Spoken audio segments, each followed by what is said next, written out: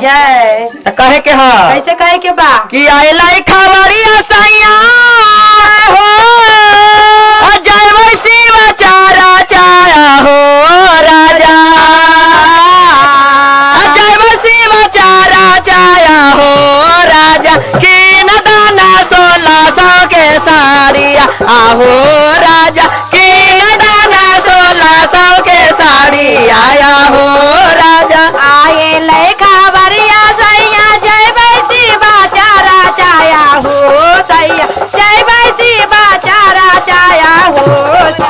केन दाना 1600 के साड़ी आया हो राजा केन दाना 1600 के साड़ी आया हो राजा कीन दाना 1600 के साड़ी आया हो राजा केन दाना 1600 के साड़ी आया हो राजा बाजा दूर किसान ही ना है नौकारी आया है धानी माधुरा के सान ही ना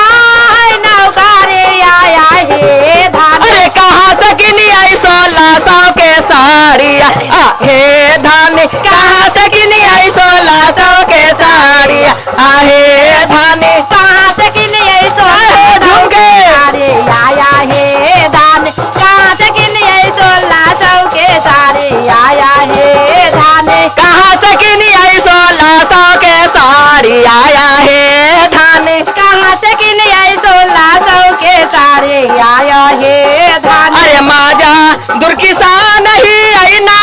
है नौकारिया आहे धानी माधुरा किसान ही ना है नौकारे आया है धान अरे कहाँ से किनी आई 1600 के साड़ी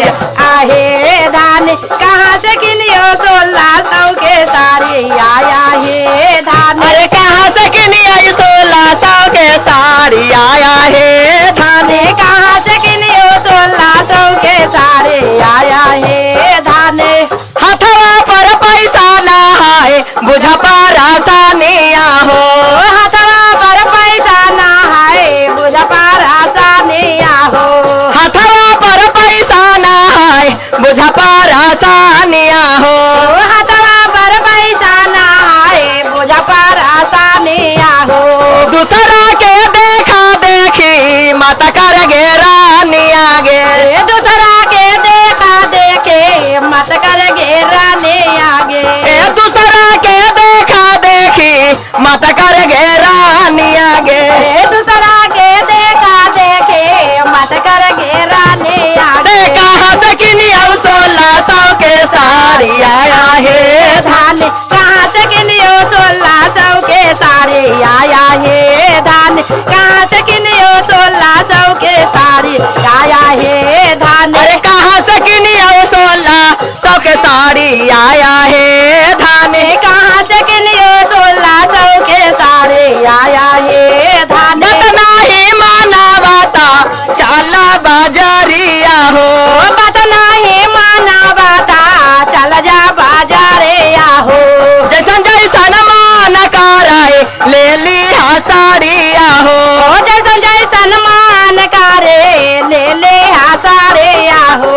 साया साड़ी पहन पिया जाए भाई चारा चावा हो सारे पेन राजा